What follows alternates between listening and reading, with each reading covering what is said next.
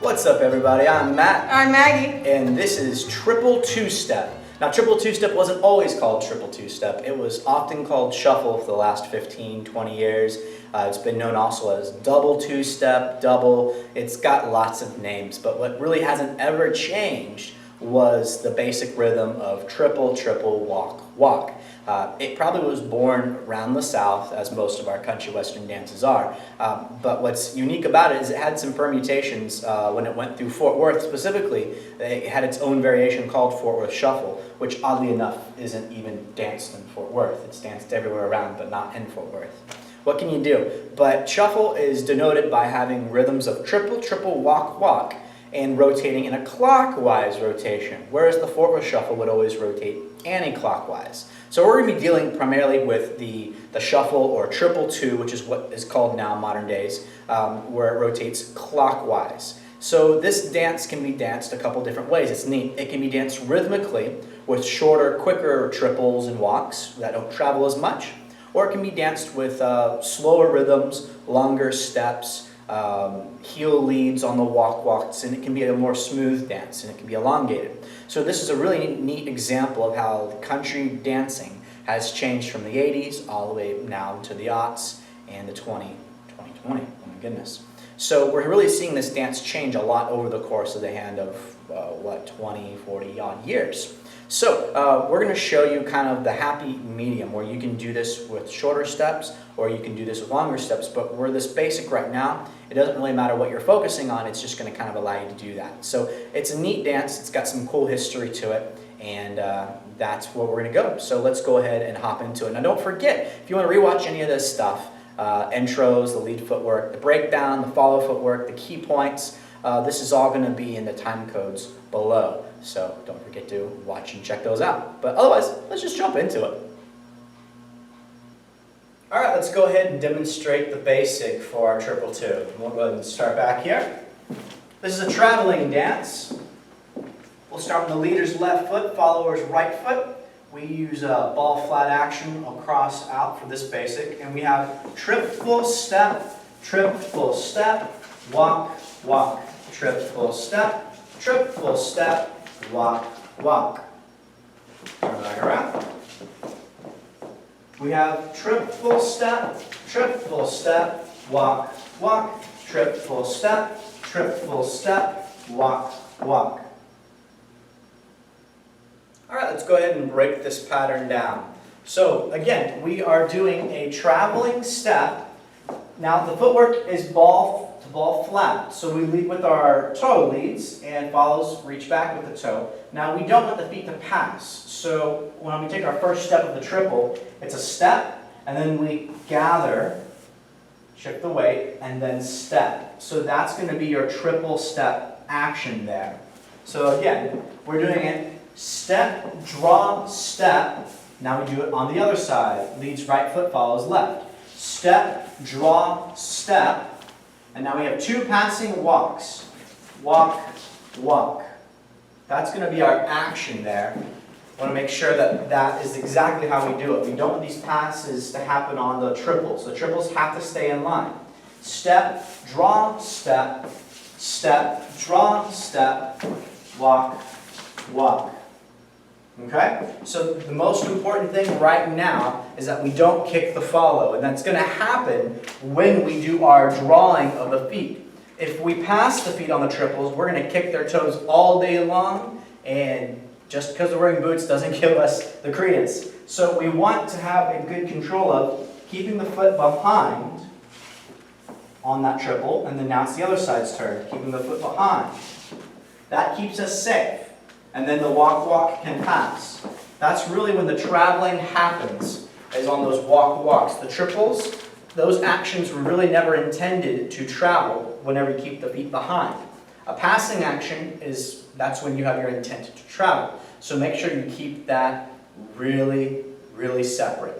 Triple step, all in line. Triple step, all in line, walk, walk. Now also, triples are designed not to ever move perfectly forward and back. You're going to see me add a little bit of swing and sway here. I'm going to add some shoulder action, some same side lead. So I like to go ahead and lead off with my left side if I'm leading with my left foot. for a triple step. So I'm like going forward at an angle. Now my next triple is on the other shoulder, triple step. And then the walks remain neutral. Walk, walk.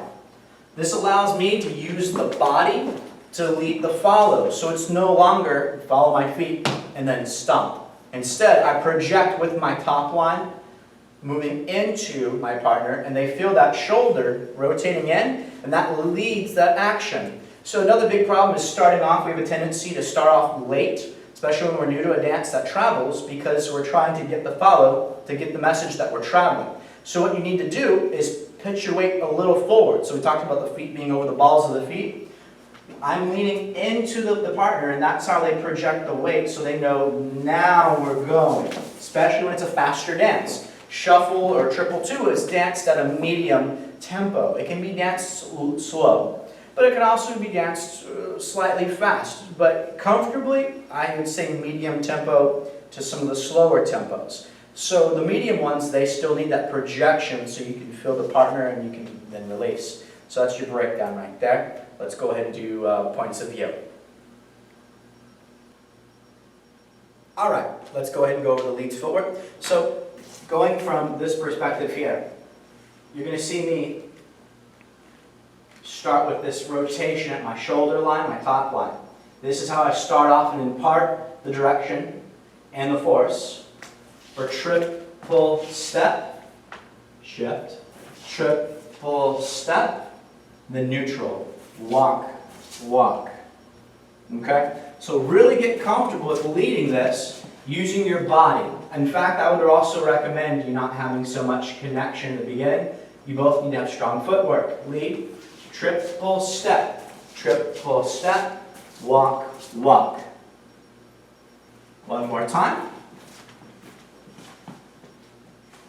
Ball, draw the foot, ball. Pass, ball, draw the foot, ball, and then walk, walk. That's all you need, leads. Alright, fellows, let's go over our footwork. It's super easy because we do get that feeling in this dance of this sort of shift from that same side lead from the leaders. So it really helps us know which foot we're going to be stepping with next.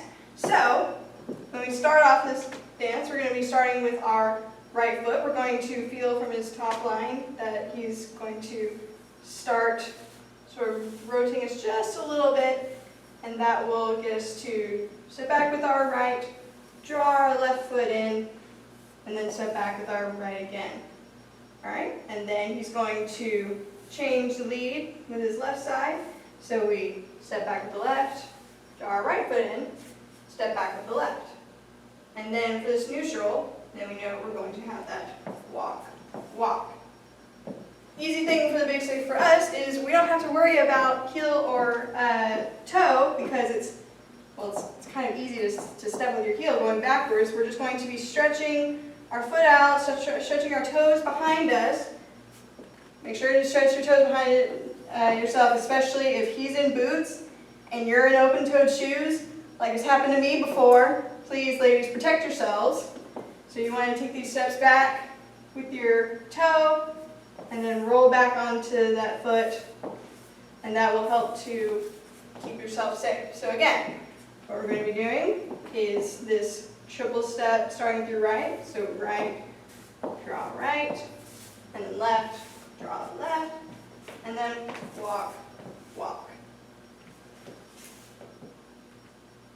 All right, let's talk about the key points for the basic. So we've kind of touched on some of the most important parts already, which is leads. Make sure you're projecting with your top line. We talk about having two centers, levitation and gravitation.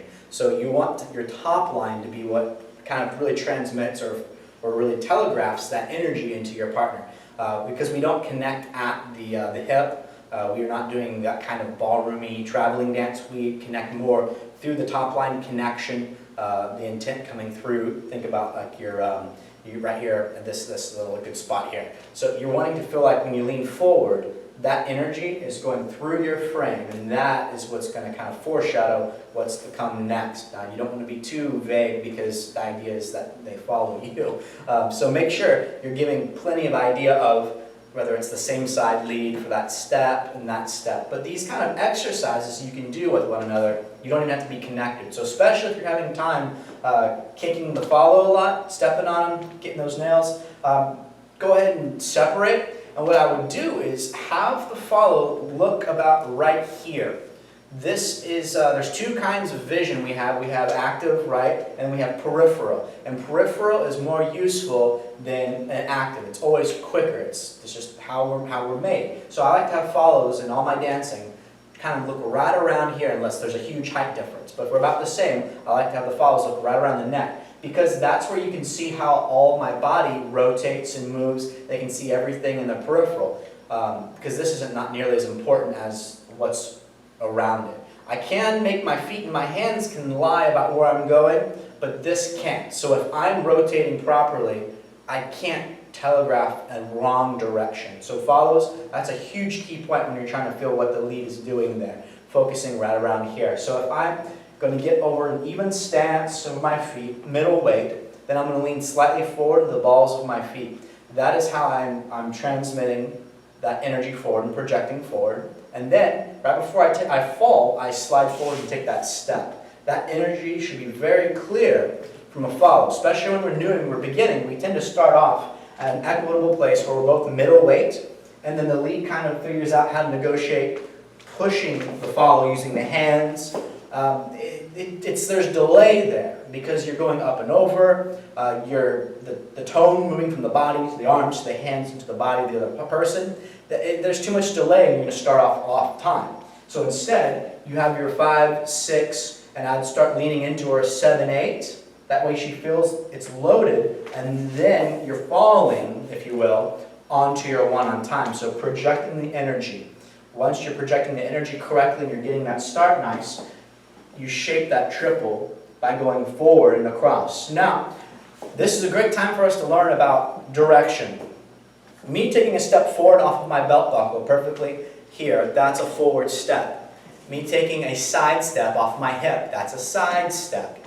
Now, I can also do this, and that's a side step because I'm leading with my hip, not from my belt buckle. So when I am talking about this same side action, first of all, same side means same foot, same hip, same shoulder. That's a same side action. So we are moving forward and to the side at the same time. I want to go down the line at my partner, but I want to also lead with the hip. That is how we achieve this forward and to the side action for the direction, and that's also how we're achieving the same side lead for the basic. That will feel much more connected and more earthy when you're dancing socially than a flat, loose, and then it's all feet going akimbo. We want this all to be all one same side, and it's toned, and it's pushing to the ground, and it's projecting, and it'll give the follow a better sense of where your energy is coming from and what's coming next. It'll feel controlled, and it'll feel nice. So this is huge when we're talking about building a foundation for our dancing, especially in the country side of things. We want our roots to be strong. We want our projection to be strong, because if the foundation isn't any good, it doesn't matter what you put on top of it. It's going to fall apart after a while. So if this is not just absolutely correct, everything else can be affected by it. So spend lots of time on this energy projection. I encourage you to do this drill with your partner where you start off in the middle, even weight. You lean in at each other, and you can feel where your weight's poised. Then you can frame up. And then start doing a little bit of rotation. I'd just say maybe 45 degrees, not too much. And then give yourself a 5, 6, start leaning in on 7, 8, 1. And get that first triple step action. Some people like to start on the walks because it's slower. So if you're always missing your triples, that's fine. You can start off on the walks if you need to. But I prefer a triple because it develops a better sense of timing and a better sense of shaping and body. It demands more from you early. It makes you better quicker. So don't take the easy way out. I would really recommend going from this direction. So that's my key point, projection and energy. The footwork will come because the footwork can change, but projection is going to create the best foundation for your feet and for your connection in the partnering. That's my key point for that one. All right, let's go ahead and demonstrate this closer to a real-time expectation. Remember, again, shuffle or triple-2, depending on how you are engaging the basic, it can be danced to medium tempos. Think of like Friends in Low Places, that around that area there, good Eric Church songs. You've got a lot of more modern country from the last, I'd say, last 10 years. That's going to fit a little bit better for your tempos. You can dance to some of the 90s country songs, Alan Jackson, Kenny Chesney stuff. It's going to be a little bit faster though. So I recommend the medium and slower ones. Always when anything's new, dancing a little bit slower. So we're going to start off with a medium tempo one so you have an idea of what we're going for. So we have 5, 6, 7, 8, triple step, walk, walk. Triple step, walk, walk. All right, that is the end of week 1 for this series. Great job out there. Just keep reviewing your basic, get the footwork down. The number one thing is that we want to get this being mobile. So if you need to go slower, that way you're making sure you're getting the footwork in, you're not passing too much, things like that. Just really nail down the footwork. Strong roots make for a strong tree. Okay, we'll see you guys next time.